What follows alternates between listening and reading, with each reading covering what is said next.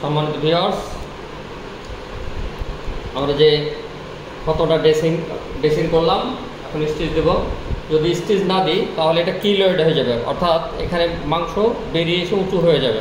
এই জন্য স্টিচটা এখানে জরুরি। হ্যাঁ, এটা হচ্ছে কাটা জখম, ইনসাইড জখম বলে। আর আমি যে সুতা দিয়ে সেলাই করছি সুতাটা হচ্ছে প্রোলিন সুতা, আর নিডলটা হচ্ছে কাটিং বডি। তাহলে সুতার নাম হচ্ছে প্রোলিন আর নিডল হচ্ছে কাটিং বডি। তাহলে আমি কি দেবো, সেলাইটা 2 বিন্দু বিশিষ্ট সেলাই দেব। এখানে গতকাল দেখিয়েছিলাম 4 পয়েন্ট, আজকে দেব 2 পয়েন্ট। এই সুতা কি মিলে যাবে শুকানোর পর নাকি কাটতে হবে? নুহা তাকাইতে না করছি আমি, তুমি তাকায় না। আমি তো ভয়, আমার তো কিছু হইতেছে না। ব্যথা তো পাইতেছ না? তাহলে ভয় পাবো না। আমি ব্যথা পায় না মা?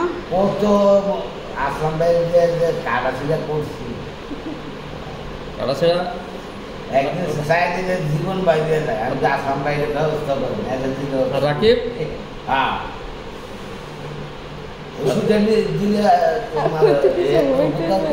না কিছু হবে না, রাকিবের ইনফেকশন হয়ে গেল না? কিছু হবে না, আল্লাহ বর্ষা বাবা, কিছু হবে না। এটা সেলাই লাগবে 2-3টা। আমার হাতে যে সিজারটা দেখছেন এটার নাম হচ্ছে স্টিচ কার্ডেজ সিজার, আর যেটাতে আমি নিডল ধরছি এটা গতকালও বলেছি, এটার নাম হচ্ছে নিডল হোল্ডার। নিডলকে এটা দিয়ে হোল্ডিং করেছি। আর যেটা দিয়ে টিস্যু ধরছি এটার নাম হচ্ছে টুথ ফরসেপ। এটার মুখে সাপের দাঁতের মতো দাঁত আছে বিধায় এটার নাম দেওয়া হয়েছে টুথ ফরসেপ। আর স্টিচ তাহলে আমরা কি দিচ্ছি, কয় বিন্দু? 2 বিন্দু। ঠিক আছে, ওই দিকটা আবার ছবি নাও না। আপনার ছবি আমি প্রথমেই নিয়েছি যে কে যে কাজটা যেটা করতেছে, কার হাতের কারিশমা, সেটা প্রথমেই করছি। ব্যাস, তাহলে আমরা প্রথমে 2টো পেঁয়াজ দিলাম ডান পাকে, এবং শেষে ফিনিশিং আমরা দেব। এবার দেব বাম পাকে, একটা ডান পাকে একটা বাম পাকে। তখনই আমার নটটা অর্থাৎ গিট্টুটা টাইট হয়ে যাবে।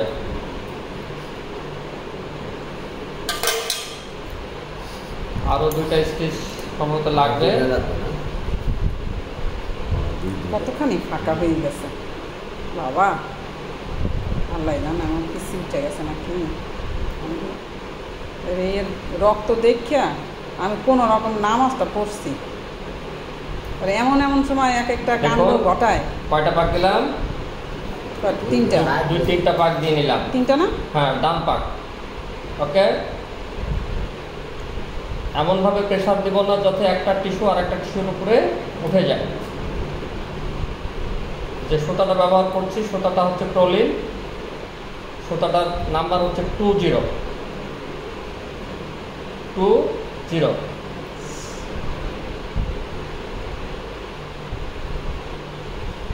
প্রথমে আপনার 2-3টা পাক দিতে হবে, পরে 1-2টা পাক দিলেও চলবে।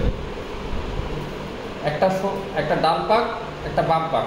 প্রথমটা ডান পাকে দিয়েছি, পরেরটাতে বাম পাকে। তখনই যখন ডান এবং বাম অল্টারনেট করে দেবো তাহলে গিট্টু হবে।